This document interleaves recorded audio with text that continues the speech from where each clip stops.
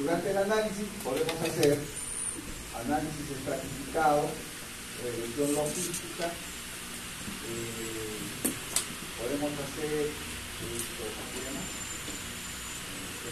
tasas, ajuste de tasas. Y ahí vamos teniendo un concepto también, que el ajuste de tasas, que los hemos mencionado, no lo hemos hecho, ya para los estudiantes que vienen en el próximo semestre vamos a hacer ajuste de tasas directa, indirecta, para que sepan cómo es que se hace el ajuste de tasas, ya sea para la edad, ajuste de tasas por sexo, ajuste de tasas por ingresos económicos. Y eso nos controla las variables consultoras, que usualmente son la edad, el sexo y el ingreso económico, que generalmente son.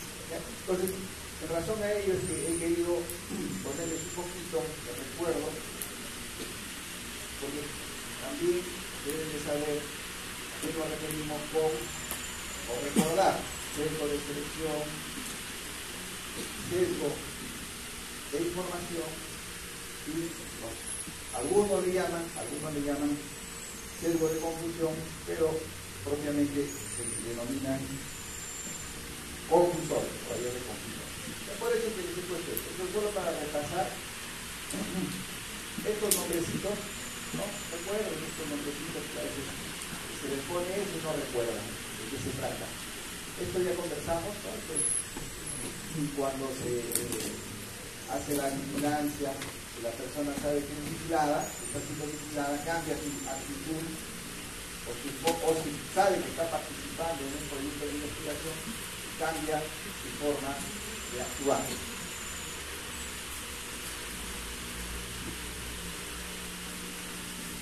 Este sesgo de migración ya también lo comentamos, ¿no? Esto tiene que ver cuando el estudio se hace por mucho tiempo y en ese proceso de largo tiempo cambian las definiciones o cambian las pruebas diagnósticas para llegar a la clasificación o a la identificación de los enfermos. Y luego, acá es los famosos sesgos, este sesgo que ya lo conversamos, de evidencia, que se presenta usualmente en estudios transversales, en estudios de casos y controles. Por eso, cuando queremos controlar, por ejemplo, este sesgo en los estudios de casos y controles, se recomienda que los casos sean casos incidentes. De esa manera evitamos que solo identifiquemos a aquellos que han sobrevivido a la enfermedad. Luego, este otro sesgo, al sesgo de Bergson, es el sesgo que está relacionado con la mayor posibilidad que tienen algunos factores de riesgo de condicionar una enfermedad de tal severidad que obliga a que los pacientes o las personas que sufren esta enfermedad sean hospitalizados. Entonces ahí el tema es de que cuando hagamos un estudio en el ámbito hospitalario, vamos a tener mayor probabilidad de manera sesgada de identificar el factor de riesgo en aquellas personas que fueron hospitalizadas. ¿Cómo controlamos? Podemos controlar este sesgo no tomando pacientes hospitalizados, sino por ejemplo pacientes. Entonces, para recordarles esos aspectos, y esto de acá, que no se olviden. Les pongo todavía la señal, les pongo todos los que están con asterisco, son las técnicas que se utilizan para el control de variables confusoras durante la elaboración del protocolo. Pareamiento, aleatorización o randomización y el tema de la repetición. No es apareamiento, no es desparejamiento tampoco, que yo también no puedo. Y la pregunta que yo les hice fue menciones de técnicas para el control de confusoras o de variables confusoras durante el análisis. Porque durante el análisis son estas, pues, el análisis estratificado, el ajuste de tasas y los modelos multivariables. No se olviden estas cosas, no solo para el examen, sino cuando ustedes tengan que controlar la variable confusora de su trabajo de investigación, ya saben qué es lo que tienen que hacer. Y se olvidaron de controlar durante la elaboración del proyecto, podemos controlar las consultoras todavía durante el análisis de los resultados. Y he querido recordar, porque sí, como ya habíamos avanzado, la hora estaba avanzada, yo entendí que esto lo habíamos desarrollado muy rápido. Entonces, ahora sí vamos a hablar de la clase de investigación de brotes. Ya con esto estamos en la semana 10, ¿no? Ya 4 semanas más y ya nos despedimos. Todos los que acaban bien van a tener pues todo la quincena de junio y todo julio de vacaciones. Y así tiene que ser. Ya, entonces, hoy vamos a revisar otro tema que tiene que ver también con procesos de investigación epidemiológica. Todo lo que hemos tratado, diseño 1, diseño 2, investigación epidemiológica, y ahora vamos a hablar de la investigación de brotes, que para los que hacen, a ver jóvenes, vamos, que para los que hacen epidemiología de campo, porque hay una epidemiología de campo, hay una residencia, que se llama el programa de residencia de epidemiología de campo, nos preparan para la investigación de brotes y control de brotes. Pero los de brotes ellos van y hacen la investigación. ¿Y qué es lo que hacen? Lo que les vamos a enseñar ahora en la clase. Eso es lo que se hace en tema de investigación de brotes. Yo trabajo en un hospital, yo soy pediatra. Entonces, ¿cómo se aplica estos conceptos de investigación de brotes? Cuando ocurre un brote de infección asociada a la atención de salud. Entonces ahí tenemos que hacer todos estos procedimientos para identificar la posible fuente, el posible modo de transmisión de la enfermedad, para aplicar las medidas de control en esas circunstancias, ¿no? Las medidas de control. Y para comenzar a hablar de la investigación de brote, vamos a hablar de la teoría epidémica, vamos a hablar básicamente de los pasos, de los 10 pasos para la investigación de brote, y luego vamos a terminar revisando un poco cómo identificamos un brote en enfermedades que tienen un comportamiento endémico.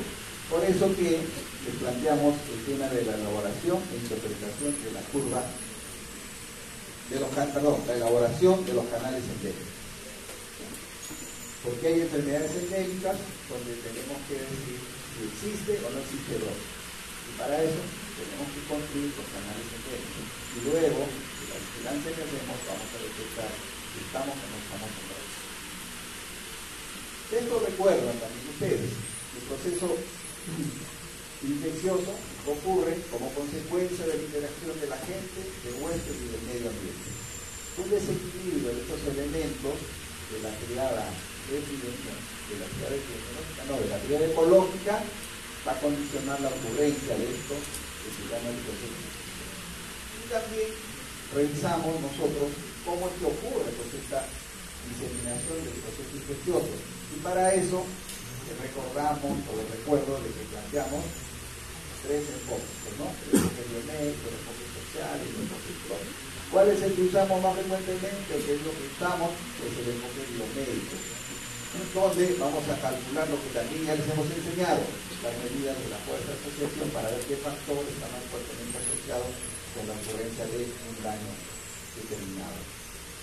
Entonces, en esta relación relación huésped-agente, en un ambiente determinado y dependiendo de las condiciones ambientales, de la susceptibilidad del huésped y de la respuesta de la gente, se va a romper el equilibrio.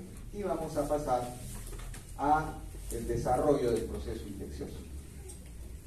Esto también ya hemos revisado, ¿no?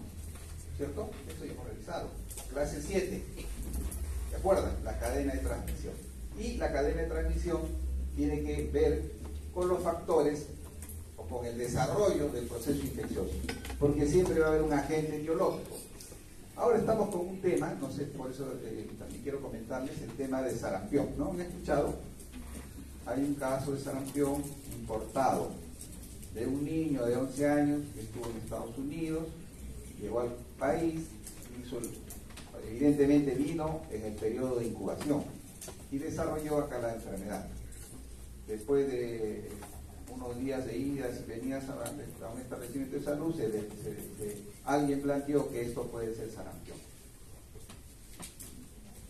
como consecuencia de ello, de ese ir y venir, de no haber detectado precozmente la enfermedad, ocurre lo que ocurrió también con este, vamos a decir, este brote, como consecuencia del uso del famoso suero hipertónico, ¿no? Ocurre, ¿por qué? Porque no se reporta oportunamente. Lo mismo, ojalá que no ocurra con sarampión. ¿Por qué? Porque este niño, entre las idas y venidas, que estuvo en un establecimiento de salud, tuvo contacto con un número importante de personas a quienes hay que hacer el seguimiento. Además, y a esto también ustedes como conocimiento deben de entender que esta enfermedad se transmite. ¿Cómo se transmite esta enfermedad? Por contacto directo. ¿Qué más?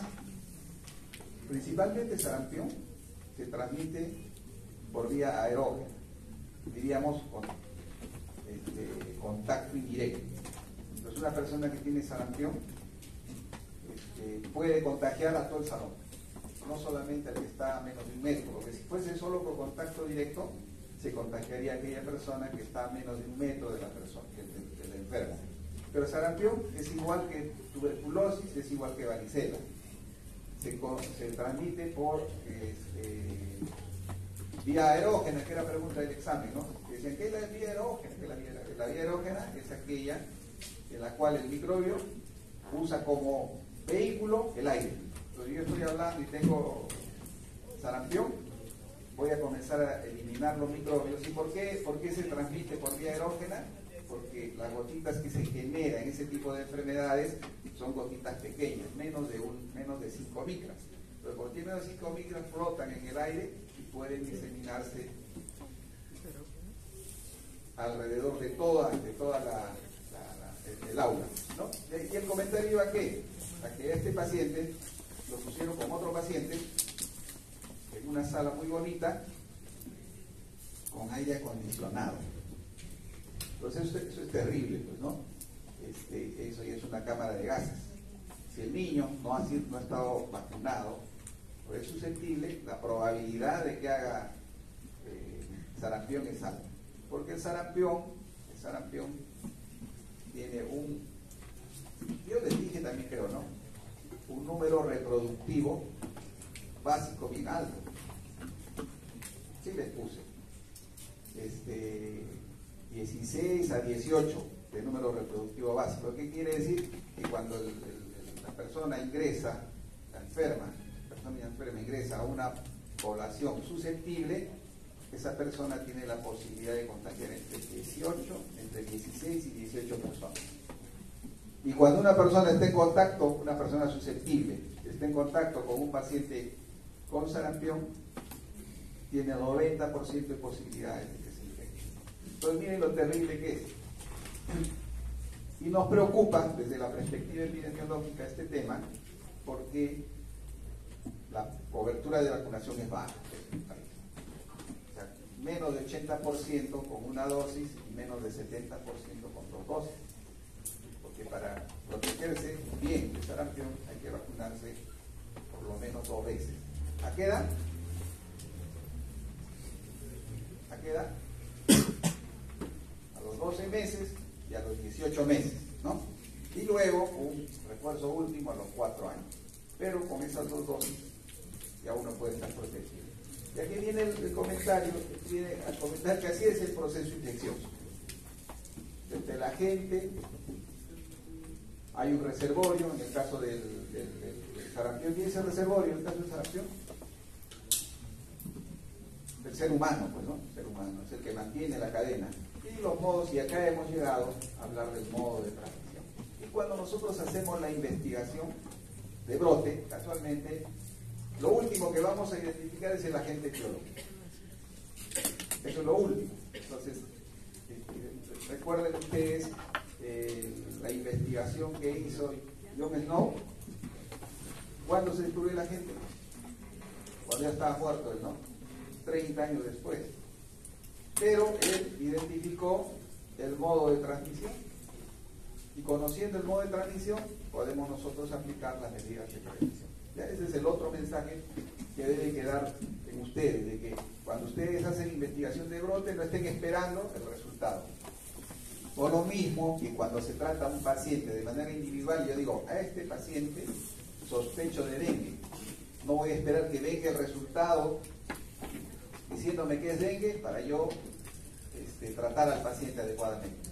O yo digo, este es un caso de neumonía, probablemente neumocócica, no voy a esperar que venga el resultado para yo ponerle el antibiótico. Igual es acá, no voy a esperar tener el resultado del cultivo o del agente etiológico para poder tomar las medidas. Ahora con la tecnología han visto ustedes la rapidez con que se identifica el agente etiológico. Y yo les pongo el ejemplo de COVID porque ustedes han vivido. Ha sido de tal manera que se identificó el agente etiológico, se hizo todo el secuenciamiento y después ya nos asustamos, como conocíamos mucho, variante, y ya que hasta que llegó el Ómicron estábamos desesperados, ¿no? Que este contagia más rápido, tiene periodo más corto, produce enfermedad más grave, etcétera. Lo mismo ocurre con influenza. Igual se modifica, pues no todos los virus conforme van circulando van modificando. Entonces, es importante tener en cuenta estos aspectos y que tienen que ver con la investigación de brotes. El proceso epidémico empieza así. Primero empieza con un conglomerado. Conglomerado, que quiere decir que es un conjunto de personas. No hay un número exacto.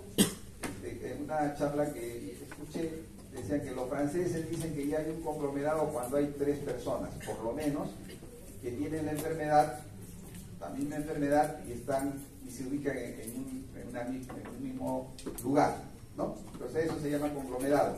Por eso que les he puesto que cada 3 es un conglomerado. Eso es un conglomerado. Cuando este conglomerado, se aparece un conglomerado, 2, 3 conglomerados, ya se convierte en una epidemia. En un brote, ¿cierto? En un brote. O sea, conjunto de conglomerados, brote. Conjunto de brotes, epidemia.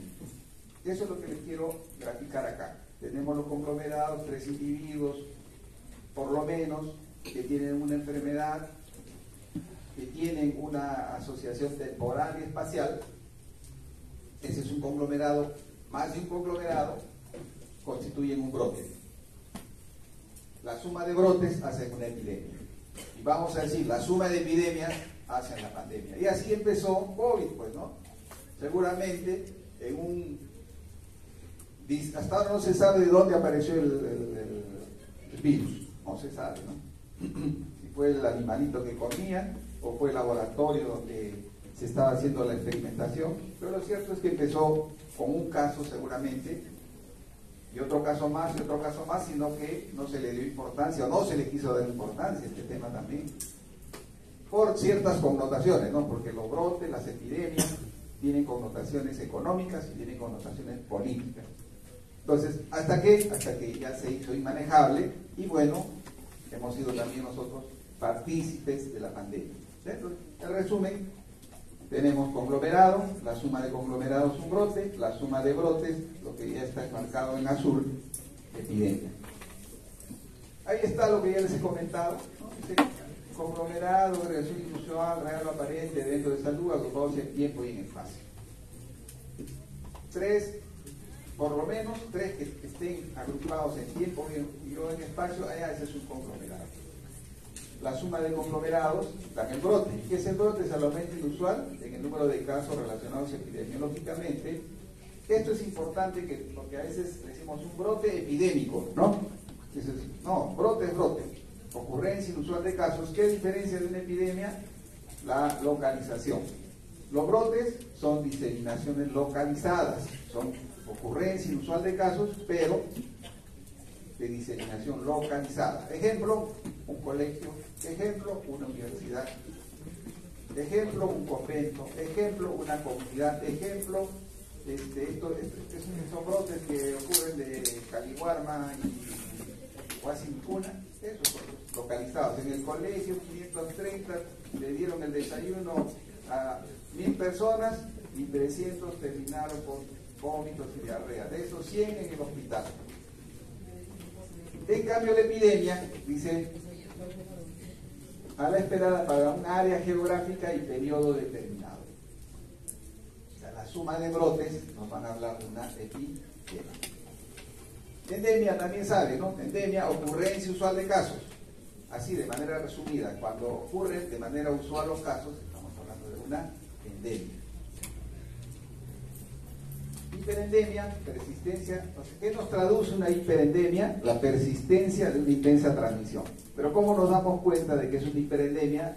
Las hiperendemias se caracterizan porque en el curso de una endemia aparecen incrementos inusuales de casos. Dicho de otra manera, en el contexto de una endemia aparece una epidemia. Ejemplo, dengue, ¿no? Dengue es endémico y de repente tenemos incrementos de casos, incremento de casos, y eso se llama hiperendemia. ¿Y qué traduce eso? Que hay una persistencia o una intensa transmisión del microorganismo de la población. Eso nos traduce la hiperendemia. Esto también ya hemos revisado. Pandemia, ¿qué es pandemia?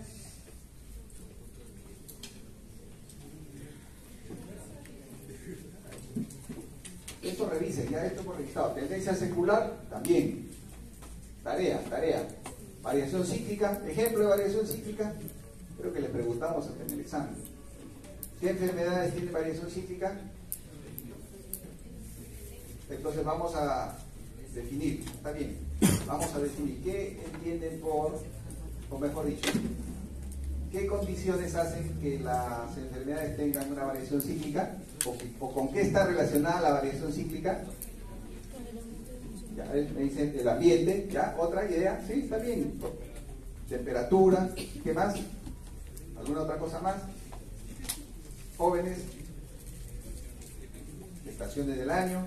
Está bien, por ejemplo, nos está ayudando y nos va a ayudar bastante los comentarios. Yo le agradezco por lo que nos va diciendo como lluvia de ideas. Y después cuando conversemos, ya no se va a olvidar nunca más. Entonces participen, digan, porque como yo les menciono, acá es para que aprendan ustedes, ¿no? Aprendan y en la medida de si no saben, estamos para ayudar. Entonces recuerden, esto lo hemos mencionado en la clase que hicimos, en las primeras clases. Le dijimos, diferencia en variación cíclica de variación estacional. La variación cíclica tiene que ver con el cambio de la inmunidad del individuo, mientras que la variación estacional tiene que ver con los cambios estacionales. No tiene que ver con la inmunidad. Es invierno, vamos a tener ya infecciones respiratorias agudas. ¿Y por qué creen ustedes? Porque el frío produce la enfermedad. Ese es otro concepto que tenemos, ¿no? Eso también recuerden, el frío no produce enfermedad. Lo que ocurre es que con el frío, ¿qué hacemos? Nos encerramos, pues, ¿no? Nos encerramos. Y la otra condición, que el frío también, los cambios bruscos de temperatura, porque se dice, estuve bien, me bañé con agua caliente y salí, y me dio un viento y me enfermé, ¿no? Lo que ocurre es que también los cambios bruscos de temperatura no es que activan al virus, sino que nuestros mecanismos de defensa intrínsecos también se ven alterados. Entonces, si yo está luchando mi cuerpo con el virus y mis mecanismos de defensa se alteran, evidentemente el virus va a ganar y consecuentemente me voy a resfriar. Entonces, no es que el frío per se produzca la enfermedad, sino se dan las condiciones para que se transmita el microbio. Cuando estamos en el microbús, ya cerramos las ventanas, pues, ¿no? Viene una persona que está con tos y hay mayor probabilidad de que nos contagie. Entonces esas son las variaciones estacionales, son cuando es verano, la enfermedad diarreica aguda, o las enfermedades transmitidas por alimentos, porque el calor favorece la reproducción de los enteropatógenos. En cambio, la variación cíclica está referida a un cambio de la inmunidad, a un acúmulo de susceptibles. Y eso es lo que veíamos antes. Antes veíamos, por ejemplo, el sarampión, decíamos, ya pasaron 4 años, va a haber brote, decíamos. ¿Por qué? Porque esta enfermedad que les digo, sarampión, tiene un comportamiento estacional, un comportamiento cíclico. Ahora la pregunta es, pero profesor, ¿y por qué ahora no se dan? ¿Por qué? Porque hemos mejorado nuestros sistemas de vigilancia, ¿no? Han mejorado también nuestras, de alguna manera, nuestras coberturas de vacunación. Entonces, ¿qué es lo que ocurre en la variación cíclica? Es que se vacunan las personas no todos hacen la inmunidad, ¿no? Por más que se vacunen bien, un 95% hace inmunidad, pero hay un 5% que no lo hace. Ese grupo cada año se va acumulando, y si entra una persona enferma a ese grupo va a desarrollar un brote. Entonces, más o menos cada 4 años en el tema de sarampión y en el tema de tosferina ocurren brotes. Tosferina sí todavía estamos, ¿no? Por ejemplo, este año, después de varios años, casi 4 años de silencio, por lo menos en Lima, y yo le diría en mi hospital, hemos tenido casos de tosferina, ¿no? Porque también tiene que ver con este tema del comportamiento o la variación cíclica. Ya no se olviden, entonces, variación cíclica tiene que ver con la inmunidad, mientras que variación estacional tiene que ver con el cambio de las estaciones. Luego, epizotia, ¿qué es? Epizotia. ¿Qué es epidemia? ¿Ya? Ocurrencia inusual, ya, el conjunto de brotes. ¿Y epizotia qué será? Entonces, epizotia es epidemia en animales. Y exotia es endemia en animales. Traducido, epizotia es la ocurrencia inusual de casos en animales. Entonces dice, hemos tenido una epizotia de rabia. Ha habido un incremento inusual de casos de rabia en los perros, pues, ¿no? Evidentemente. Y exotia es la ocurrencia usual de casos en animales. Esto en analogía, epidemia, ocurrencia inusual de casos en humanos. Endemia, ocurrencia inusual de casos en humanos. Y ya habiendo revisado esto, vamos a hablar del tema de la investigación de brotes o epidemias. Bueno, nuevamente, no, ocurrencia inusual de casos en un lugar determinado. De manera resumida. No hay esto también es importante que ustedes entiendan. Profesor, ¿y qué número digo que es epidemia? Y acá lo dice, no existen criterios universales que puedan aplicarse para determinar qué número de casos en exceso es suficiente para justificar una investigación. Ejemplo, dice, en el Perú no hay sarampión. Un caso ya nos dice que estamos frente a un brote. Un caso autóctono, no el caso que tenemos ahora, ese es un caso exportado, entonces no hablamos de brotes. Pero si a partir de ese caso aparece un caso de un niño que vive en el país, decimos que estamos en brote. ¿Por qué? ¿Qué es lo usual con sarampión? ¿Qué es lo usual? ¿Que haya casos o que no haya casos? Que no haya, pues, ¿no? Porque ahora no hay casos. En el país no hay casos. Desde el año 2000 no tenemos casos de sarampión autóctono. Entonces, si aparece un caso autóctono de sarampión, decimos que estamos frente a un brote. Y eso tiene que ver con esto, que no existe un número mágico, 10 casos de sarampión, 100 casos de sarampión, 1000 casos de sarampión. Va a depender de cómo es el comportamiento de la enfermedad. Si no hay la enfermedad, un caso define el brote. ¿Cuándo investigar un brote? Cuando la enfermedad es prioritaria. Es una enfermedad importante, tenemos que investigar. Cuando la enfermedad excede su ocurrencia usual. Cuando la enfermedad parece tener una fuente común. Cuando la enfermedad parece tener una severidad mayor que la usual. Dice, miren, siempre hemos tenido infección por virus sincicial respiratorio, pero ahora está produciendo muchas muertes. Ya, entonces tenemos que investigar.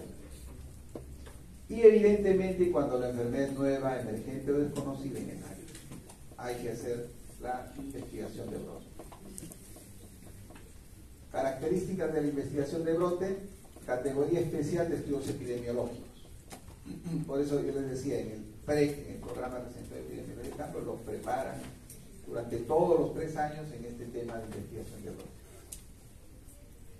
La gravedad de sus consecuencias es uno de los factores más importantes para realizar. ¿A quién damos importancia? A estos, a los que producen problemas en términos de severidad. Es decir, ¿qué características del agente etiológico es importante? ¿Quién mide la gravedad? ¿Qué característica del agente etiológico? También lo hicimos a virulencia, pues, virulencia. Entonces, si se le pregunta en el examen, en un brote donde enfermaron 500 personas, de las cuales 200 se hospitalizaron, la tasa de hospitalización es una medida de la siguiente característica del agente etiológico. Tendrán que marcar virulencia, pues no van a marcar patogenicidad, no van a marcar contagiosidad, no van a marcar infectividad.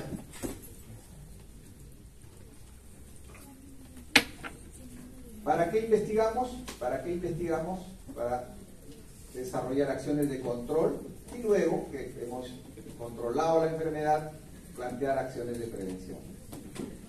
Un brote es como cuando ustedes están en la emergencia y llega un infarto. No va a decir, voy a ir a almorzar todavía para atender el infarto. No, infarto es una emergencia. Igual, un brote en epidemiología es una emergencia. Entonces, cuando ocurre un brote, el epidemiólogo no descansa hasta que identifique, por lo menos, el modo de transmisión y plantee medidas para el control del brote. ¿De ahí qué dice esto?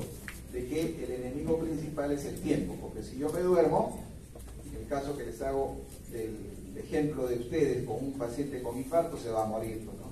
¿Y qué va a ocurrir si nosotros no dormimos en el contexto de un brote? Se van a enfermar muchos más y seguramente se van a morir más. Se inicia sin hipótesis definida, parte de una realidad diferente a lo cotidiano, claro, porque es algo inusual. Por eso hacemos la descripción del comportamiento del daño. Cuando les digo hacemos la descripción, ¿en qué variable vamos a escribir? Eso, por ejemplo, no deben olvidarse nunca. Entonces, cuando ustedes tengan su CERUM, lo primero que tienen que hacer es descripción. ¿En términos de qué? De la variable o de la triada. ¿Qué triada? Epidemiológica. Tiempo, espacio y persona. Y eso es lo primero que se hace, y a partir de ello van a generarse las diferentes gráficas que vamos a ver ahora y vamos a plantear hipótesis para decir de qué se trata esta enfermedad. Vamos a poder, a partir de esa descripción también, identificar el probable momento en el cual se infectó. A través de la descripción vamos a poder determinar el tiempo que duró el brote. Entonces, miren, toda esa información nos va a generar la descripción epidemiológica. Objetivos: detectar y eliminar la causa de un posible brote y proporcionar profilaxis post-exposición a las personas afectadas, el descubrimiento de nuevas infecciones. Miren, a través del estudio del brote se han podido descubrir nuevas infecciones y enfermedades. Por ejemplo, esta que es la Escherichia coli O157H7, que es productora del síndrome urémico hemolítico. ¿Por qué? Por consumo de carne cruda. Felizmente en el país no es frecuente, ¿no? Pero ocurre, raras veces ocurre. O la legionela, que dio la enfermedad de los legionarios, que se presentó como un brote en una convención de soldados, de legionarios estadounidenses, y que al final se descubrió que se habían infectado con una bacteria llamada legionela que estaba en los aires acondicionados. Entonces la investigación de brote permitió el descubrimiento de esta nueva, igual ébola o influenza H1N1 pandemia.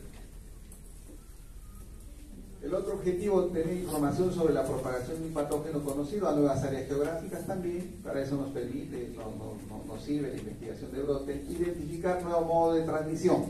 Por ejemplo, E. coli, esta que les he mencionado acá arriba, que produce el síndrome urémico hemolítico, se encontró que estaba asociada al consumo de hamburguesas poco cocidas. Pero además se vio que no solamente la carne mal cocida, a través de ella se transmitía esta bacteria, sino también a través del consumo de queso no pasteurizado y bebidas de manzana, en las piscinas, en los lagos, entre otros. Dicho de otra manera, esta bacteria no solo se encuentra en la carne, puede encontrarse también en estos quesos no pasteurizados, ¿no?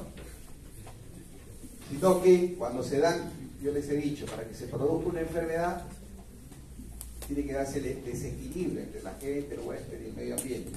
Entonces, hay algunas personas que les va a dar esta enfermedad. Algunas nos dan la enfermedad llamada... ¿Qué enfermedad produce coli? ¿Qué enfermedad produce? ¿Creen ustedes? Respiratoria, digestiva, ¿qué coli? Diarrea, diarrea disentérica. Entonces, da diarrea, inmediatamente no van a ser síndrome de hemolítico, sino cuando ya está mejorando de la diarrea, aparecen las manifestaciones de este síndrome urémico hemolítico. Que seguramente lo van a ver, no es frecuente, y cuando lo vean se van a acordar siempre de este síndrome. Luego también permite desarrollar regulaciones desde la perspectiva de la salud pública y orientaciones de prevención. ¿Qué viene a ser el fin último de la investigación de este tipo de problemas de salud? Pasos tienen estos 5 primeros: confirmar, prepararse, establecer definición de casos, búsqueda sistemática, describir las características, y estos 5 más: desarrollar una hipótesis, evaluar la hipótesis, implementar medidas de control y prevención, evaluar medidas de control y preparar un informe técnico de la investigación de campo. Van a ver que hay varias cositas que ya hemos desarrollado que vamos a ir recordando. Entonces, primero tenemos que decir si se trata o no se trata del brote. ¿Por qué? Porque pueden haber incrementos inusuales de casos que simulan un brote sin serlo. Ejemplo, ¿en qué condiciones? Ocurre en un determinado lugar, se hace el reporte de casos y de repente cambian al que reporta. Y esta persona nueva comienza a reportar más casos de lo usual. Entonces primero hay que investigar eso, si el que reporta sigue siendo el mismo y sigue usando los mismos criterios. Si no es, podemos decir que se trata de un falso brote. Por eso, no es que todo incremento de frente nos vamos nosotros a investigar, tenemos primero que confirmar si es un real brote. La otra cosa que puede hacer de que incrementen los casos es de que la definición de caso ha variado. Como consecuencia de la definición de caso, que se ha vuelto más sensible, aumentan los casos. O la otra, alguno de ustedes está interesado en hacer una investigación, entonces comienza a buscar de manera exhaustiva, no como la vigilancia que usualmente se hace, y comienzan a incrementar los casos. Esas situaciones nos traducen de que no es un real brote. Entonces primero tenemos que descartar esas condiciones para luego decir que sí estamos. Si hemos descartado esas condiciones que les he mencionado y hay el incremento de casos, entonces decimos que estamos frente a un brote. Eso es lo primero que tenemos que hacer. Cuando ocurra en su comunidad y estén en su serum solos o acompañados con la enfermera, con la obstetricia o con el técnico o la técnica y hay un brote, lo primero que tienen que ver es si es un verdadero brote. Y para que veamos, para ayudarnos también en ese escenario, hay un índice llamado el índice epidémico, que es un indicador de un proceso patológico que afecta a una población en un periodo determinado. Y ahí, ¿qué hacemos? Lo que calculamos es este famoso índice epidémico. Y para poder calcular este índice epidémico, tenemos que comparar con el comportamiento usual de la enfermedad.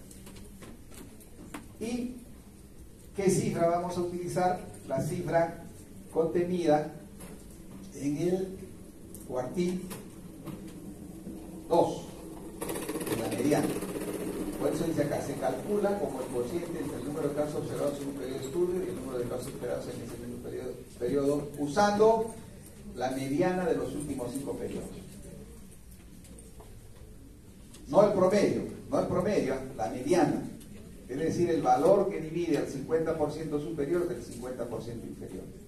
Y ese valor de la mediana van a ver que cuando hagamos el tema de canal endémico se llama cuartil 2. Entonces, como referencia voy a tener el cuartil 2, que va a ser los casos que yo espero. Y para calcular este índice epidémico, lo que voy a relacionar es lo observado entre lo esperado. Y ya esto es un poquito de memoria. Si el índice epidémico es menos de 0,75, en ese periodo de tiempo existe menos enfermedad de lo esperado. Claro, ¿por qué? Porque observado es menos de lo que yo esperaba tener. Si es de 0,75 y menos de 1,25, existe un número de casos próximos al esperado en situación endémica. Y si es más de 1,25, existen más casos de lo que cabría esperar en ese periodo de tiempo. Lo que sí les quiero precisar, si me salga más de 1,25, no necesariamente me va a decir de que estoy en epidemia. Porque a veces, y les hago este comentario, ¿por qué? Porque cuando comenzamos a hacer los canales endémicos y queremos correlacionar esto, no coincide a veces, pero profesor, si es más de 1,25 y como acá en la gráfica no sale que está en epidemia. ¿Por qué? Porque nuestro punto de referencia es el cuartil 2, no es el cuartil 3. Y cuando hacemos los canales endémicos decimos que hay epidemia cuando el valor que hemos encontrado está por encima del cuartil 3. ¿Ya? Entonces, a veces hay esa discusión y en los seminarios comienzan a decir, pero profesor, si me ha salido 1,3 y yo veo que acá no es epidemia, es que este valor no nos dice que hay epidemia, lo que nos dice es que tiene un comportamiento inusual con respecto a lo que yo esperaba tener en ese periodo. Luego vamos a la preparación del campo. Hemos dicho sí, se trata de un brote, entonces tenemos que iniciar la investigación. Esto también es importante, ¿no? Porque la otra cosa que deben entender es que cuando uno hace una investigación de brote no la hace el epidemiólogo. ¿Por qué? Porque cuando yo quiero hacer definición de caso tengo que acudir al clínico. Entonces, uno de los integrantes del equipo de investigación tiene que ser el clínico. Luego voy a querer yo decir qué microbio es. No lo va a hacer el epidemiólogo ni el clínico. Entonces tengo que asociarme con el tema del laboratorio. Entonces, el tema de la investigación de brote se centra fundamentalmente en el componente clínico, en el epidemiológico y el laboratorial. Y cada uno hace su parte, ¿no? ¿Qué es lo que va a hacer el clínico? Va a decir, mira, vamos a plantear la definición de caso de esta manera. ¿Qué va a hacer el epidemiólogo? Él sí va a hacer la investigación para identificar la fuente, para identificar el modo de transmisión, y el laboratorio me va a decir si se trata de Bordetella pertussis en este brote, o se trata de Salmonella typhi que produjo la diarrea en el brote de Caliwarma. Entonces eso es lo que hace el equipo multidisciplinario. Obviamente antes era complicado este tema de laboratorio, ahora es más fácil porque hay laboratorios, el laboratorio de referencia nacional, que es el del Instituto Nacional de Salud, y ahora hay laboratorios regionales, ¿no? Y la otra cosa que ustedes están asistiendo es que no solamente trabajamos ya ahora en términos de cultivos o inmunofluorescencia o ELISA, ¿no? Y ahora trabajamos con PCR, por ejemplo, y se hace la detección de los microorganismos. Y la otra cosa que tienen que hacer cuando ocurre el brote, este otro elemento es importante también, la coordinación con las autoridades de salud local y regional, para poder ejecutar las acciones. Pues, ¿no? Si no hay coordinación, no voy a ir al colegio y me voy a meter a un colegio, por ejemplo. Tengo que hacer la coordinación. No, eso lo hace el equipo y encabezado por epidemiología. Epidemiología es el que esto lo lidera, el estudio de brote lo lidera epidemiología. Sus apoyos, el clínico, y su apoyo, el laboratorio. Luego, hacemos la definición de caso, y para eso es importante restringir el tiempo, espacio y persona, ¿no? O sea, tenemos que decir, enfermedad que ocurrió, obviamente en el periodo que estamos investigando, en pacientes o en niños del colegio X, y que tenían tales características: vómito, diarrea, fiebre. Y la definición de casos las podemos hacer, definición de casos sospechosos, probable y confirmado. Sospechoso cuando solo utilizamos criterios clínicos. Probable cuando usamos criterios clínicos y epidemiológicos. Y confirmado cuando usamos criterio clínico, epidemiológico y laboratorio. Es así como se hace, y cada uno de ellos tienen mayor o menor sensibilidad. La definición de caso sospechoso es más sensible, mientras que la definición de caso confirmado es más específica. Entonces, si yo quiero detectar más casos, ¿qué utilizaré? Definición de Caso sospechoso, confirmado. Sospechoso, evidentemente, ¿no? Luego hacemos búsqueda sistemática de casos y para ello utilizamos las diferentes fuentes, ¿no? Si los pacientes han llegado al hospital, hay que ir a buscar las historias clínicas, hay que identificar frente a qué factores de riesgo han estado expuestos. Tenemos que revisar reportes si es que existen, tenemos que revisar la información demográfica. Entonces, hacemos la búsqueda sistemática de datos utilizando las diferentes fuentes. Luego viene un momento trascendental, que es el momento de la caracterización epidemiológica. Y en este proceso de caracterización epidemiológica vamos a ver la fuente, el modo de transmisión y la duración del brote. Básicamente eso es lo que vamos a identificar durante la investigación del brote. La fuente, ¿qué fue? Fue el agua que tomaban de la bomba de Broad Street. El modo de transmisión, no son los miasmas, como se decía, ¿no? Es fecal oral, modo de transmisión indirecto. ¿Y cuánto duró el brote? Duró desde finales de agosto hasta septiembre. Eso es lo que nos va a permitir la caracterización del brote. Y para eso debemos de tener en cuenta estos aspectos. Identificar la población en riesgo, quiénes fueron los que estuvieran expuestos. Debemos de tener información para iniciar las medidas de control, tener conocimiento a profundidad de la información y generar pistas en relación a la gente, en relación a la fuente y en relación al modo de transmisión.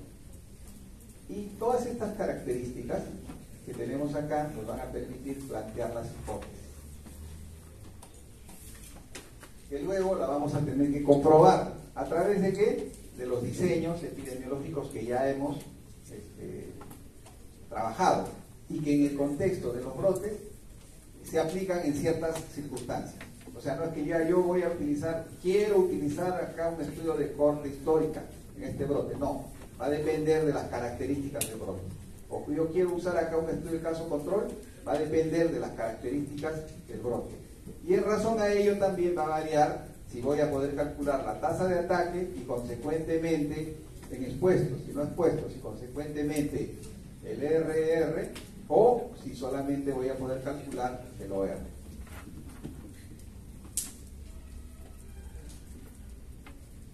Entonces, se requiere responder a estas preguntas que ya saben que están referidas a las preguntas de la triada epidemiológica. ¿Cuántos enfermaron? ¿Cuándo enfermaron? ¿Dónde enfermaron? ¿Y quiénes enfermaron? ¿No? Tiempo, espacio, persona. Y en razón a ello, vamos a utilizar las diferentes herramientas epidemiológicas, ¿no? Entonces, para saber cuándo vamos a usar la curva epidémica. Miren, la curva epidémica, que indica la evolución de la epidemia. Si no hacemos la gráfica de la curva epidémica, no vamos a poder saber cómo evoluciona la epidemia. Y la otra, que aporta información de la posible fecha de exposición. Miren, para todo lo que nos sirve la curva epidémica, para ver la evolución, para ver cuándo se expuso la persona para que se inicie el brote. Y luego también permite identificar la generación de casos que ha producido el brote. Esto también es importante que recuerden. Las frecuencias pueden expresarse en cifras absolutas o relativas. Y el tiempo puede corresponder a horas, días, semanas, meses o años, dependiendo evidentemente del tipo de brote que vamos a investigar, ¿no? Si es una intoxicación, ¿qué utilizaríamos? Evidentemente horas, pues no voy a usar días. Una intoxicación por órganos fosforados, digo, voy a usar horas, pues no. Una enfermedad transmitida por alimentos, días voy a tener que usar.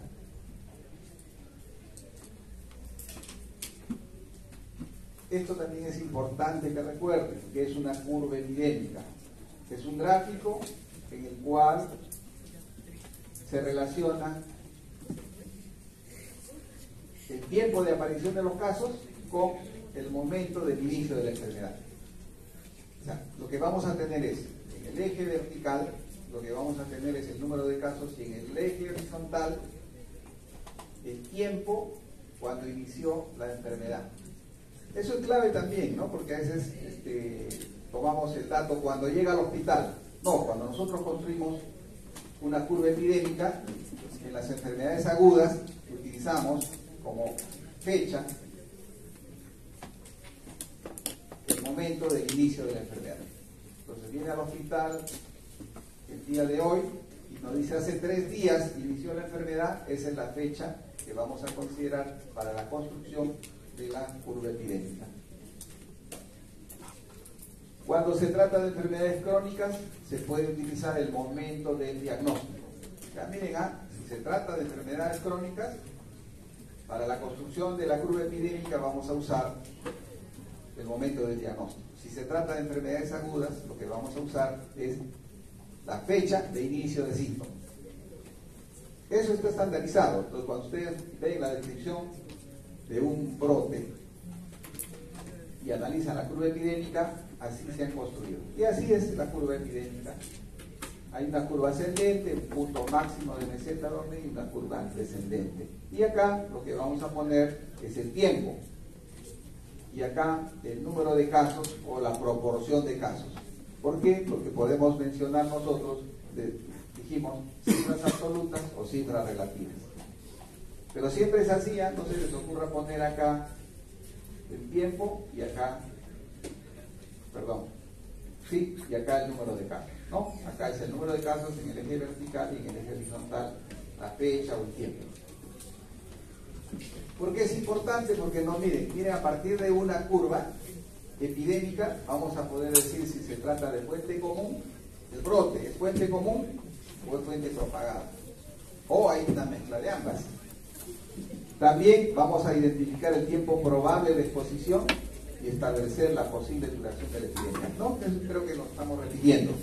Pero acá lo más importante es esto. Nos va a decir, viendo la curva, esto es fuente común. No, esto es fuente propagada.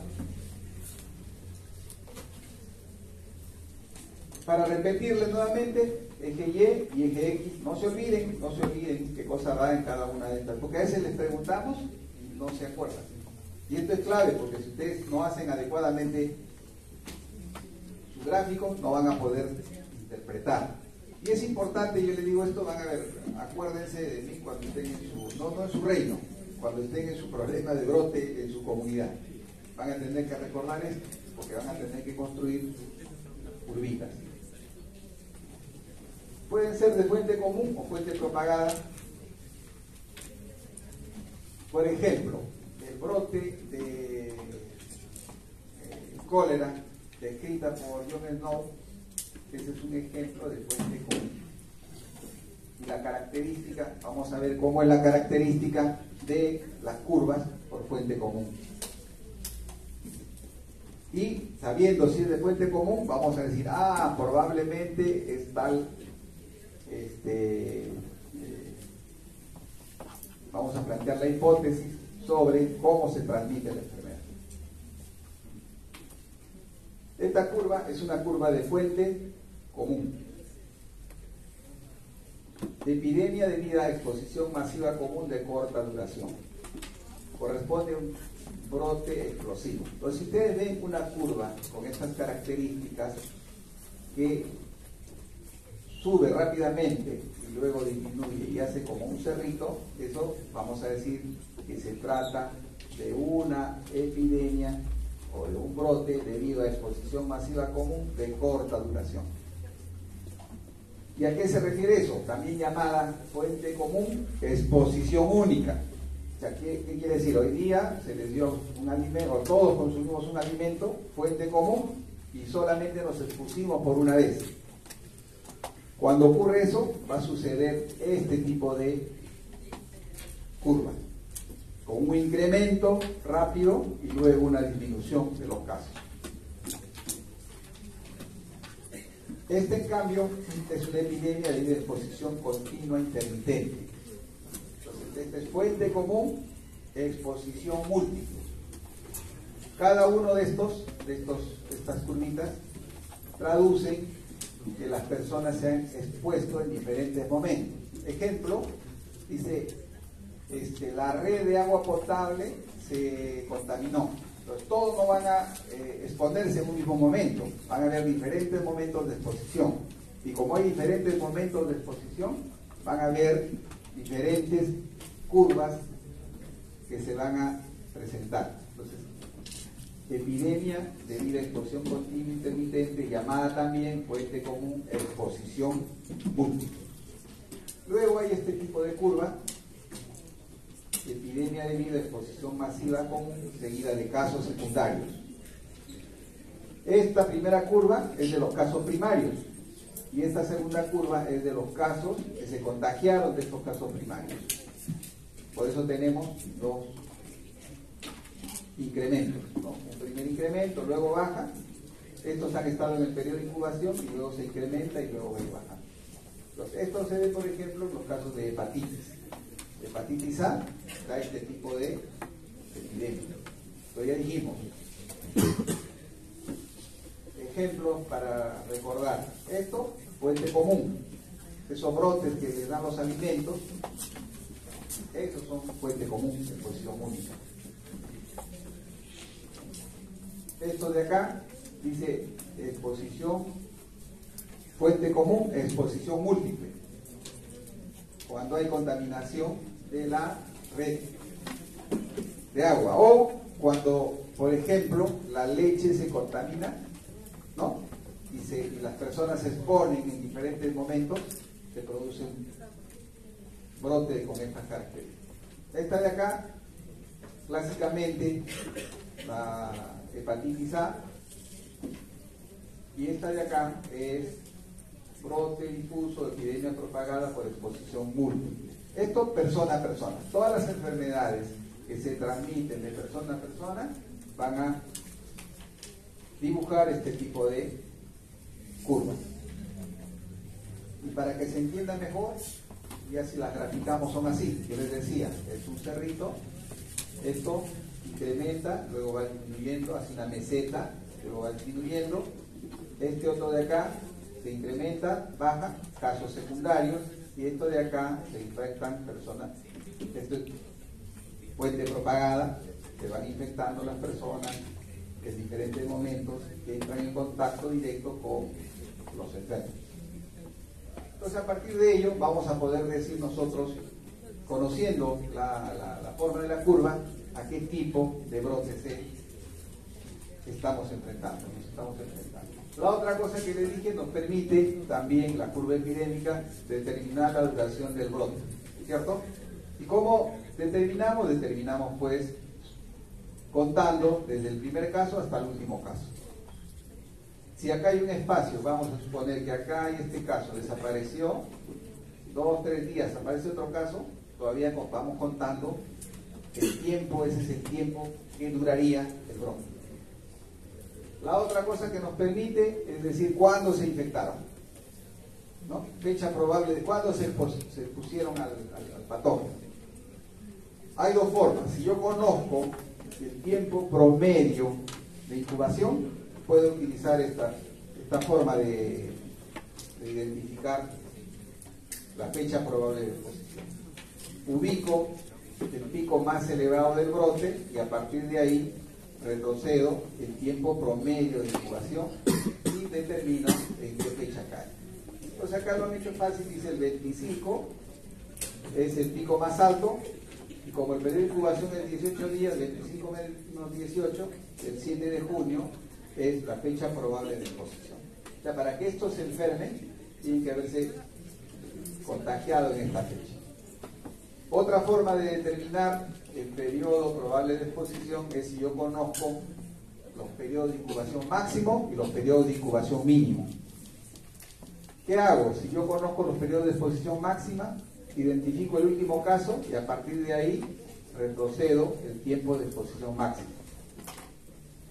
Y para identificar la otra fecha, identifico el primer caso y a partir de ahí retrocedo el periodo de incubación mínimo. Y según esto, vamos viendo si ustedes 29 menos 21 y acá sería 21 menos 14, va a caer entre el 7 y el 8, se produjo probablemente la exposición para que se produzca este tipo de brote.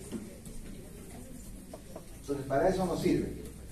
¿Cuánto duró este brote? ¿Cuánto duró el brote? A ver, jóvenes. 13, ya. ¿Quién da menos o quién da más?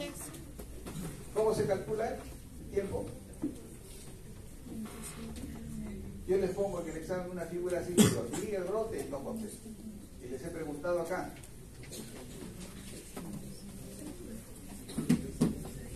Entonces, ¿qué tenemos que hacer? ¿Qué tenemos que hacer? Contar, pues no, desde el primer caso hasta el último caso. ¿Cuántos días pasó? Y a eso responden acá. ¿Está bien? Pues así se determina el tiempo de duración, que es otra utilidad de la curva epidémica. ¿Esto es dónde? ¿Se acuerdan de esta gráfica? ¿De quién es? John Snow, ¿no? Miren, este señor ya desde esa época nos dijo cómo identificamos dónde. Y nosotros hacemos lo mismo ahora. Cuando hubo, esto es de dengue, y comenzamos a identificar el tipo dónde están los casos de dengue. Por cada centro de salud. Este es el brote del año 2023 en San Juan del Brigancho. Y luego queremos aún precisar más y dijimos en el Centro de Salud Santa María cómo se identifican cada uno de los casos. Esto lo hizo el NO en 1854. Seguimos haciéndolo porque es de suma utilidad. Luego decimos quiénes y ahí tenemos que diferenciar tener en cuenta todas las características de las personas. Grupos etarios, ocupación, actividad económica, actividad social, nivel socioeconómico.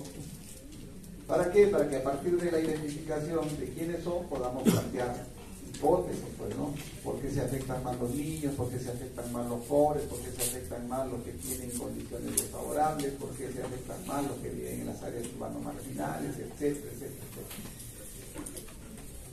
Y acá tenemos la caracterización en términos de persona.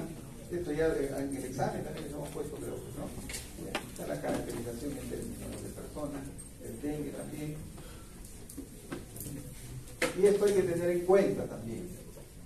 Que es un caso índice y que es un caso primario. Caso índice es el primer caso reportado. Caso índice, el primer caso reportado. Caso primario es el primer caso que apareció. Caso primario, el primer caso que apareció. No siempre el caso índice es el caso primario. No siempre el caso índice es el caso primario. Luego el otro concepto de caso secundario. El caso secundario se mide a través de qué indicador. También lo hemos hecho. Y se lo voy a repetir. Tasa de ataque secundario. ¿No? ¿Qué nos mide la tasa de ataque secundario? ¿Qué caracteriza el microbio? La contagiosidad. ¿No? La contagiosidad. ¿Sí? ¿Por qué? Porque la efectividad con que se mide. Examen, pregunta de examen, pues. Los que contestaron bien se deben acordar. Dosis infectantes medias. Pues yo le digo, eso por ejemplo no es epidemiología, eso es la parte que ustedes ven.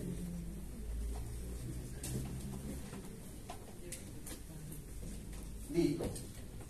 Entonces acá les he puesto un ejemplito que luego van a tener que calcular. Entonces acá lo que estamos teniendo es, miren,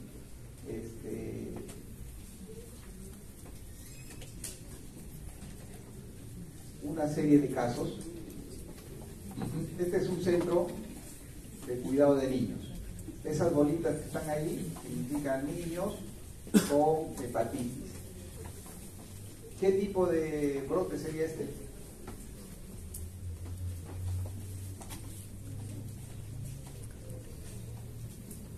Sería de fuente común con casos secundarios. Porque lo que estamos reflejando acá, estas bolitas que dice el niño enfermo de hepatitis, Esto de acá es un centro de cuidado de niños. Ahí han ocurrido 1, 2, 3, 4, 5, 6, 7 casos. ¿No? 7 casos, 2, 4, 6, 7 casos. ¿Cuál sería la tasa de ataque en este brote de hepatitis A? La tasa de ataque. 7 entre la cantidad de los enfermos. Ahora quiero saber cuál es la tasa de ataque secundario. ¿Qué tendría que hacer? Tendría que contar este individuo, este niño, y este niño, y este niño, y este niño, y este, y este, y este, con cuántos estuvo en contacto. Ese sería el denominador.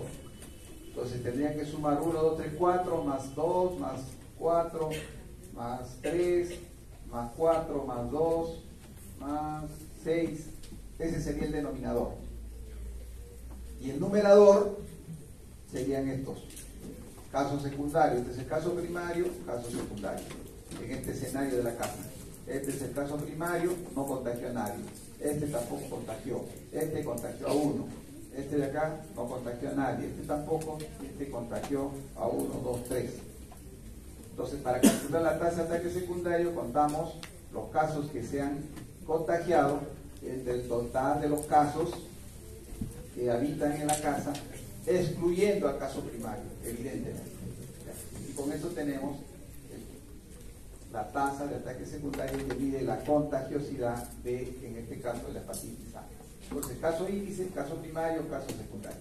Caso secundario es el caso que aparece como consecuencia del contacto con un caso primario, cuando este caso primario está en su fase de contagiosidad, ¿no? Un caso secundario, cuando hablamos de sarampión, sería aquella persona que se infectó con el caso primario, si estuvo en contacto 4 días antes de la erupción hasta 4 días después de la erupción. ¿Por qué? Porque sarampión se contagia 4 días antes de que haga la erupción maculopapular hasta 4 días después que presentó la erupción maculopapular. Luego desarrollamos la hipótesis, elaboramos una o varias hipótesis. La hipótesis nos lleva a la fuente de transmisión probable, exposición que causa el daño o enfermedad. Luego evaluamos la hipótesis, comparamos la hipótesis con hechos establecidos o estudios analíticos y se debe emplear. Y la pregunta es, en el contexto de un brote epidémico, yo no he logrado determinar o responder o comprobar la hipótesis, responder a la pregunta y comprobar la hipótesis con los hechos establecidos, tengo que hacer un diseño epidemiológico y un diseño analítico. La pregunta es, ¿qué voy a hacer? ¿En qué circunstancias hago un diseño de corte o un diseño de caso control? Entonces ahí depende de varios factores. El momento de la investigación, los recursos que tenemos, la experiencia de los investigadores, el tamaño de la población, la prevalencia de la exposición o la incidencia de la enfermedad. Entonces, yo quiero evaluarlo, hacer la evaluación de riesgos, para eso tengo que hacer un estudio de cohortes históricas. Pero para hacer un estudio de cohortes históricas les he puesto ahí en negritas. Tiene que tratarse de una población muy limitada y cerrada. Y además, que no sea pues un número importante de casos. Si ocurre un brote en ustedes, podríamos hacer un estudio de cohortes históricos. ¿Por qué? Porque es un grupo muy limitado, identificado, tenemos la lista de todos los que han participado y vamos a poder, y es cerrado, pues, ¿no? Vamos a poder hacer una cohorte histórica. Primero, hacemos que enumeramos los factores de riesgo sospechados y luego se va a dividir a las personas en expuestas y no expuestas, ¿cierto? Luego calculamos las tasas de ataque y ahí viene el concepto, ¿eh? Cuando hacemos un estudio de cohorte histórica, vamos a comparar las tasas de ataque específicas de riesgo de ambos grupos. Dicho de otra manera, si podemos calcular las tasas de ataque, vamos a poder calcular como medida de la fuerza de asociación el riesgo relativo. Entonces, eso es importante porque me preguntaban en relación al ejercicio que se les ha planteado, ¿no? El siguiente paso es encontrar la diferencia en las tasas de ataque entre los dos grupos. ¿Quién tiene mayor tasa? ¿Los expuestos o los no expuestos? Ya yo viendo que los expuestos tienen mayor tasa, voy a sospechar de que la exposición está condicionando el brote. Quiero saber ¿Qué tan fuerte es esta asociación? Lo que voy a calcular es el riesgo relativo. ¿Por qué? Porque la tasa de ataque, ¿qué es? Es una medida de incidencia o es una medida de riesgo que se aplica en situaciones de brote. Y acá les he graficado, dice, tras participar en una cena de bodas, ¿no? Tiene circunscrito, muchos invitados se enfermaron con síntomas como náusea, vómitos y diarrea. Se preguntó a 150 personas que participaron en la cena sobre alimentos y bebidas que habían consumido y si se enfermaron y si enfermaron después. Los investigadores sugirieron que algunos alimentos o bebidas podrían haber estado contaminados por estafilococo. Entonces se conforma la corte, se conforman los 150 y se les aplica pues un instrumento. Y luego les preguntan, luego de que ustedes consumieron, desarrollaron náuseas o vómitos, por eso se llama corte histórica, porque parte del pasado para averiguar la enfermedad en el presente. Y esto lo hemos visto también en el estudio de cohortes, ¿eh? Cuando les hemos puesto el ejemplo de el estudio para determinar si la vacunación estaba relacionada o no con ¿qué? Con el autismo. Entonces dice, en el pasado consumieron alimento X85 y no consumieron el alimento X65. En el presente, 45 de los 85 enfermaron y 40 no enfermaron. De los que no consumieron en el pasado, 5 enfermaron y 60 no enfermaron. ¿Qué medida se puede calcular?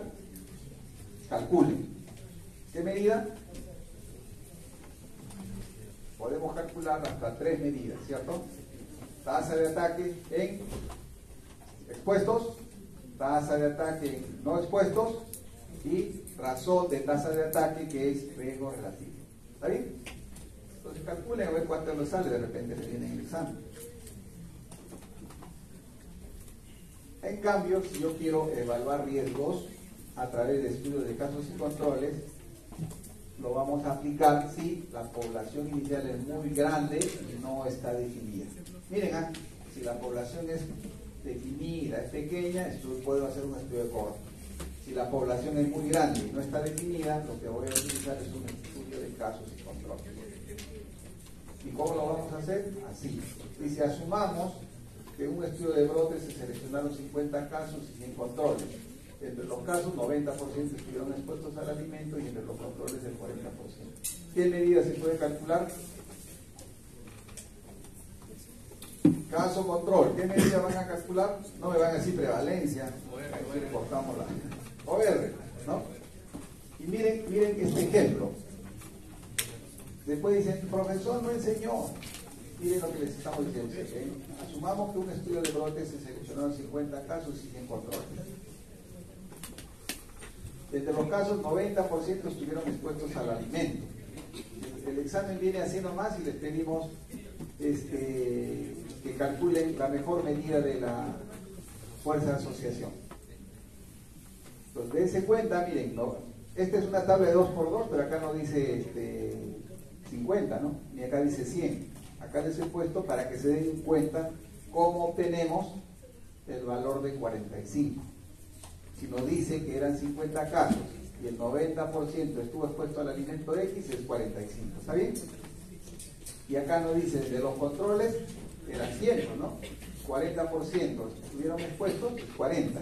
Si yo tengo 45, tengo 40, tengo el valor que es 50 y el valor 100, puedo calcular esto por diferencia y esto por diferencia. Y ya tengo los datos de la tabla de 2×2 y puedo calcular el OR. Entonces se les pone en un brote que afectó a un número importante de personas y no se tiene la población definida, ¿qué tipo de diseño empleará? Ya saben. Y si luego además les decimos, se seleccionaron tantos enfermos y el doble o el triple de no enfermos, y entre los enfermos el 80% habían consumido el alimento y el 40% de los no enfermos habían consumido el alimento, el valor de la medida de la fuerza de asociación es, marque lo correcto, ya saben cómo resolver. Bueno, el profesor no hizo, nos ha puesto una tabla que no nos ha enseñado. Entonces, ¿qué es lo que les pedimos, por ejemplo, en este tipo de preguntas, que yo les digo son preguntas de alta complejidad? Que razonen, que piensen, que comiencen. En realidad es sencillo, si es que han entendido, la verdad que es sencillo, no demora ni un minuto. Entonces, la idea es de que ustedes razonen en algunas preguntas. No solamente digan, si la población es grande y mal definida, se usa el diseño que utilizaría en situación de brote es, ya se recontra fácil, por eso las dos posibilidades, ¿no? Entonces, de esa, por ejemplo, deberían responder todos. Luego, que tenemos, ya hemos identificado que es el pan con queso, aplicamos medidas de prevención. Hemos conocido la fuente, o decimos, no, esto se transmite por vía respiratoria, mascarilla, por ejemplo. Entonces, eso es lo que se identifica primero, la fuente y el modo de transmisión. Y eso es lo que se trabajó cuando vino Covid. No sabíamos nada, pero sabíamos que se transmitía por vía respiratoria, que es una de las vías de transmisión más difíciles de controlar, ¿no? También eso acuérdense, eso por ejemplo tiene que quedar como conocimiento y se lo preguntamos en el examen. Creo que por la inversa, ¿no? La medida, fue en términos de que cuál es la vía que más fácilmente se controla, creo que les pregunté así, ¿no? O al revés, una de las dos. ¿Cuál es la más fácil o más difícil de controlar? Y le puse nombrecitos de microbios que ya ustedes conocen también. Y lo más trascendental es que estas medidas deben darse de manera oportuna, porque si no, vamos a contar a los enfermos y vamos a contar a los muertos. Y el brote se va a controlar solo, no porque hicimos algo. Esa es la otra cosa también que deben entender, de que los brotes pueden controlarse porque hacemos algo o porque no hacemos nada. Si no hacemos nada, afecta a todos. Todos los que tienen que vivir viven y los que tienen que morir mueren. Los que viven hacen inmunidad y listo, se acaba porque ya no hay susceptibles, ¿no? También es una forma de... Pero acá lo ideal es que detectemos oportunamente, tomemos las medidas y cortemos la cadena de transmisión a través de la identificación de la fuente y sobre todo del modo de evaluar. Ya esto también, uno de los usos de la epidemiología es evaluar el impacto de las medidas. Allá dije, lávense las manos, ¿qué impacto tuvo? ¿No? Dije, usen mascarilla, ¿qué impacto tuvo? Tomen agua hervida, ¿qué impacto tuvo? A eso se refiere la evaluación de las medidas de control. Luego se tiene que hacer un informe bonito para comunicar los hallazgos, porque como yo decía, es una investigación y esto va a servir tanto para las autoridades y la comunicación de los hallazgos. No solamente se tiene que hacer a la autoridad, se tiene que hacer también a la comunidad, para que sepa qué es lo que ha ocurrido y consecuentemente, en razón a ello, prevea que no vuelva a suceder un evento similar. Listo, preguntas en relación a investigación de brotes. En resumen, ya saben ustedes, son 10 pasos. En la investigación de brote no es responsabilidad solo del epidemiólogo, si bien el epidemiólogo es el que lidera, pero tiene que conformarse un equipo multidisciplinario.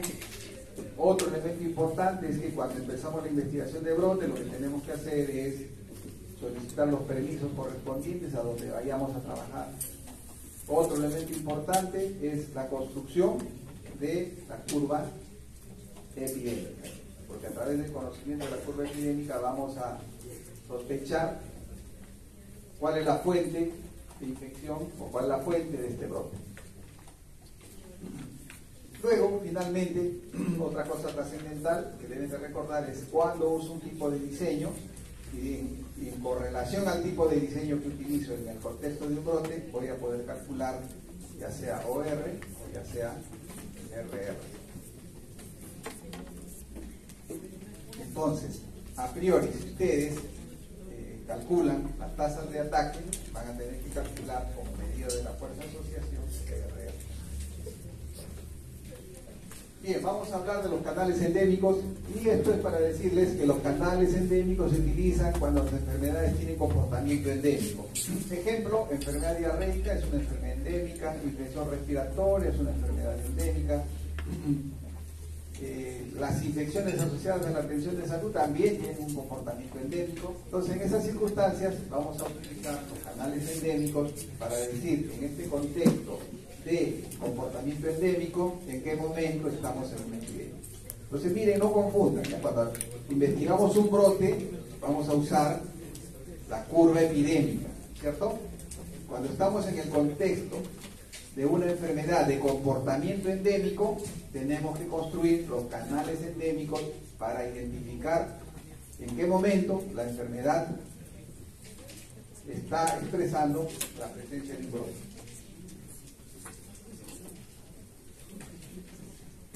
Y casualmente, en el contexto de una enfermedad de comportamiento endémico, el canal endémico nos va a permitir detectar variaciones en relación al comportamiento habitual.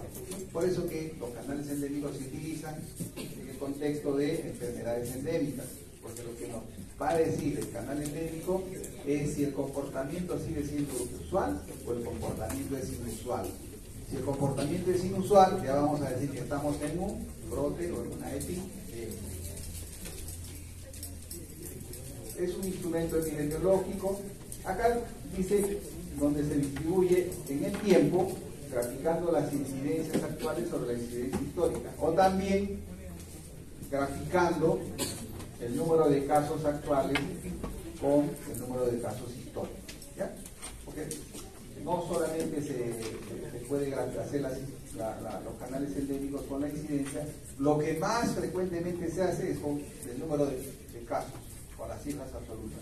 Ustedes han tenido la oportunidad o la curiosidad, como parte de su trabajo que van a exponer, de revisar la página web del Ministerio de Salud, del CDC Perú. Ahí están todas las gráficas de canales endémicos, están no en términos de incidencia, sino están en términos de las cifras absolutas.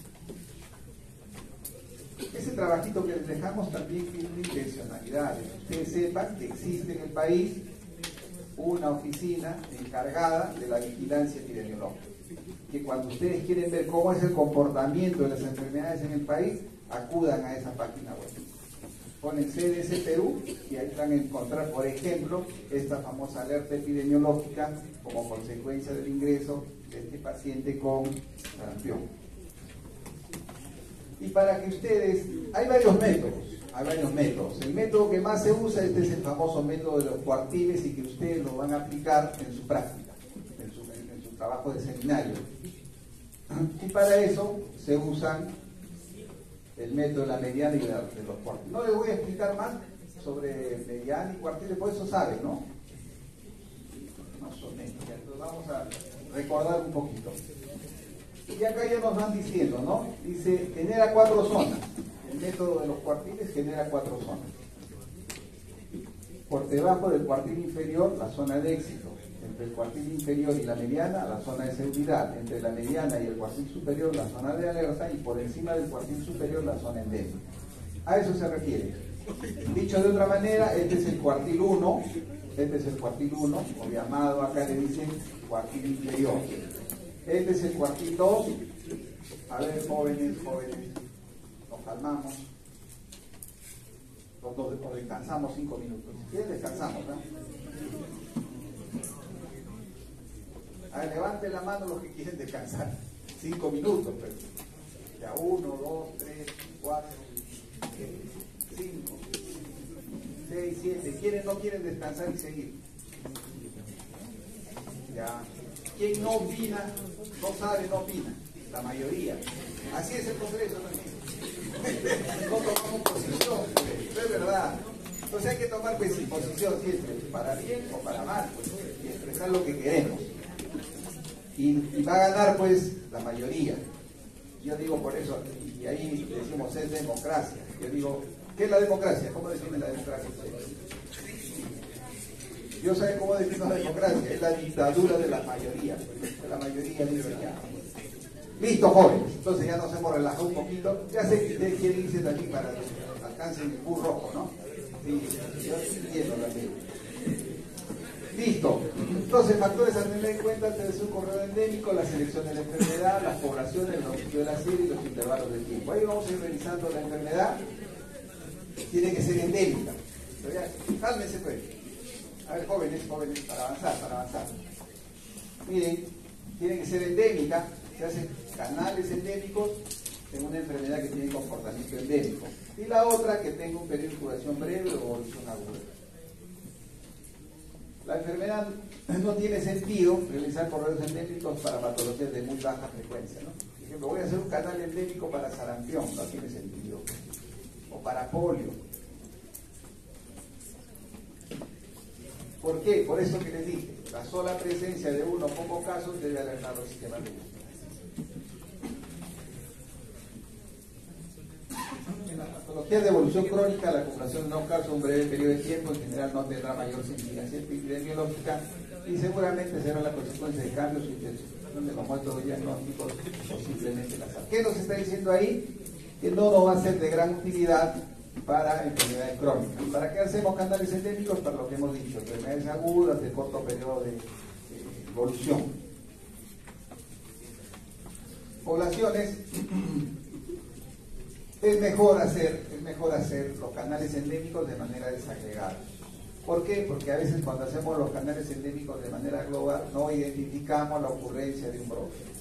Hacemos los canales endémicos para la región Callao y no hay brote, pero de repente en el centro de salud X ya ocurrió un brote. Entonces lo que se recomienda es que se tenga en cuenta la posibilidad de detectar pequeños brotes y por lo tanto se hagan los canales endémicos a nivel local.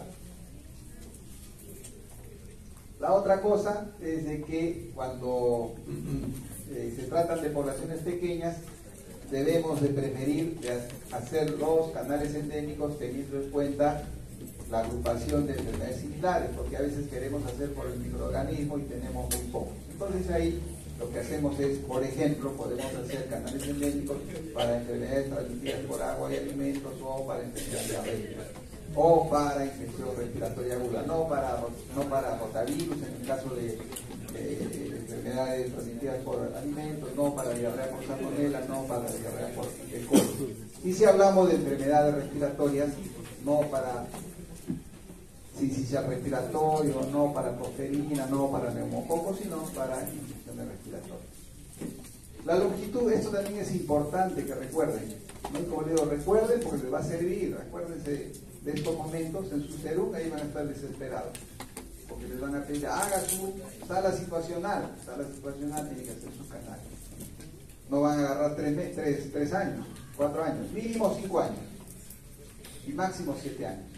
Y esto tiene sentido, ¿no? 5 años, porque si tenemos 4, va a ser complicado que construyamos los cuartiles. Y si usamos más de 7 años, el problema es de que puede haber cambiado la definición de caso y consecuentemente va a haber una alteración en la construcción de los canales.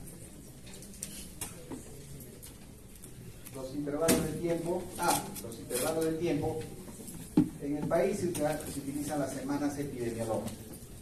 Tenemos 52 semanas epidemiológicas que no coinciden con las semanas del almanaque, las semanas cronológicas. Las semanas epidemiológicas son 52 y a veces son 53.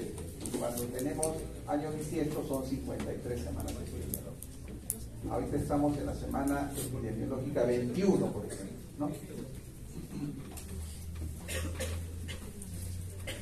¿Y cómo se construye? Ahí está, es lo que van a hacer ustedes en su trabajo. Dice, primero, lo que les hemos dado, recolectar información del daño de los últimos 5 o 7 años por semanas epidemiológicas o mensuales. ¿Qué ventaja tiene que sea semanas epidemiológicas o sea mensual? ¿Creen ustedes?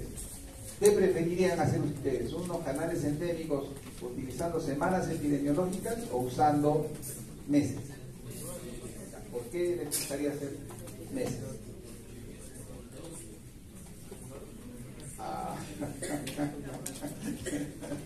Criterio de eficiencia. ser con 12, pues aquí 52. Pero no, cuando nosotros sí.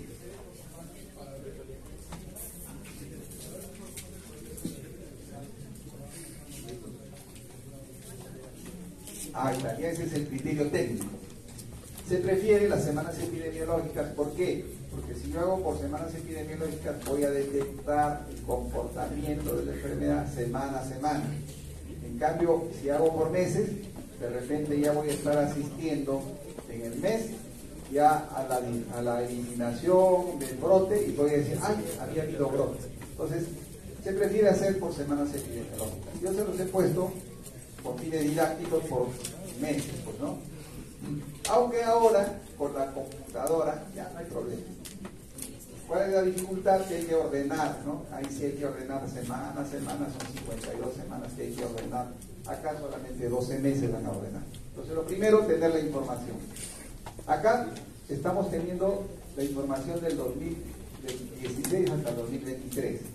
Pero les he pintado de ver esta parte de acá, porque vamos a asumir de que este año es el que vamos a evaluar cómo se comportó. ¿Ya? Y lo mismo está en su trabajo. No que ustedes no prestan atención y luego hacen sus canales endémicos. Yo les he dicho máximo 7 años y acá hay 8 y meten los 8. Entonces, tengan cuidado, salud. Entonces, lo primero que hay que hacer es tener la información.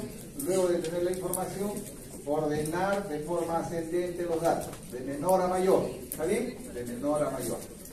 Luego identificamos los cuartiles. Cuartil 1, cuartil 2 y cuartil 3. Gráficamente podemos, como son poquitos años, fácilmente podemos identificar. ¿Qué es el cuartil 2? La mediana. ¿Y qué es la mediana? El cuartil 2. ¿Y qué es el cuartil 2? La mediana. Ya, ¿qué característica tiene la mediana o el cuartil 2? Que es un valor que divide ¿qué? El 50% superior del 50% inferior, ¿cierto?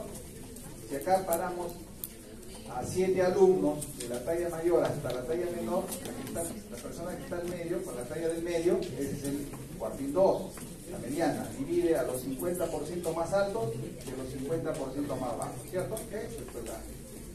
Entonces acá, ¿qué valor sería de enero el cuartil 2? Del 6.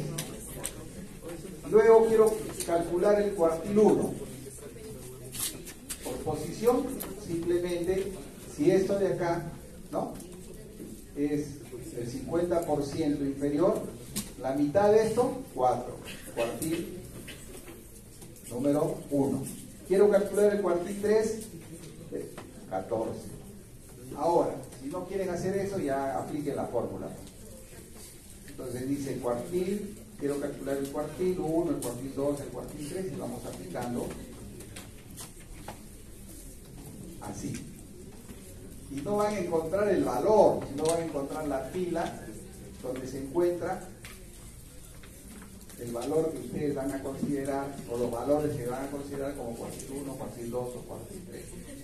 Ejemplo, quiero calcular el cuartil 1, entonces n son 7 filas, ¿cierto? Más 1 por x. X es el cuartil que quiero. 7 más 1, 8, entre 4, 2. Entonces cuento 1, 2, acá está, pues, ¿no? Este es el cuartil 1, de la fila 2. Cuartil 2, 7 más 1, por 2, entre 4. ¿Cuánto es?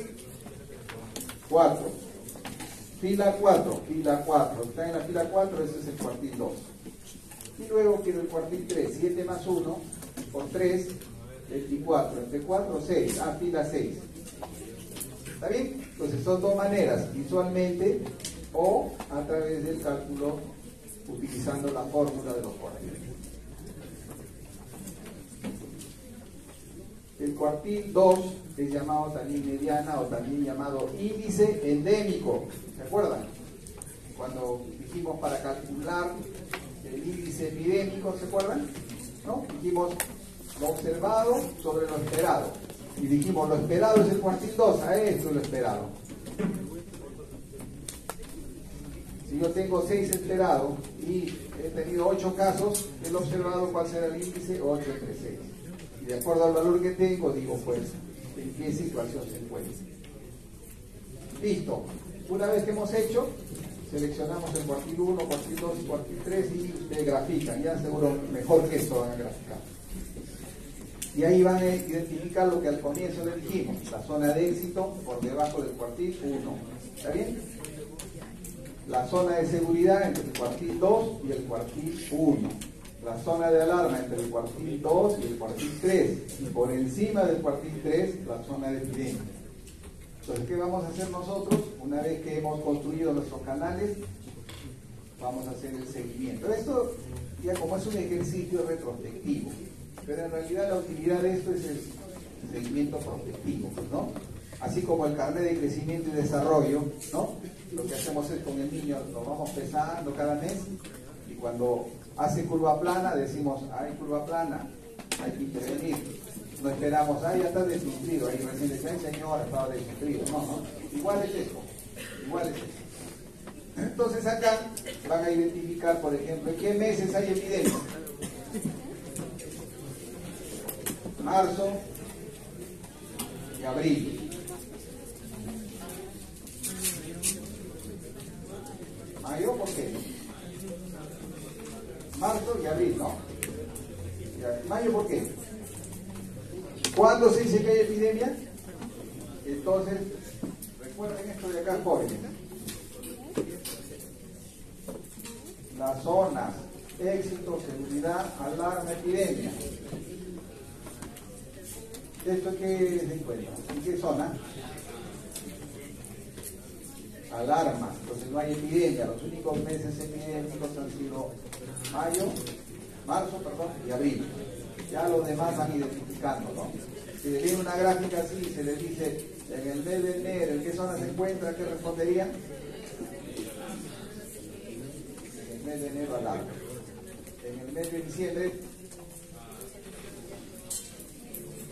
seguridad, pues está bien, con seguridad hay que decir seguridad. Entre el cuartil 1 y el cuartil 2, seguridad. Entre el 2 y el 3, no. ¿Qué se encuentra? Alarma, ¿no? ¿Está bien? Alarma, porque debajo del cuartil 1 es zona de seguridad. Entre el 1 y el 2, zona de éxito. Perdón, vamos a ver de nuevo. Éxito por debajo del cuartil 1 y cuartil 2. Seguridad, cuartil 2 y cuartil 3. Alarma, cuartil 3 por encima. No hay 4, no hay cuartil 4. Cuartil 3, epidemia. Éxito, seguridad, alarma, epidemia. ¿Ya? Entonces acá estaríamos en la zona de seguridad.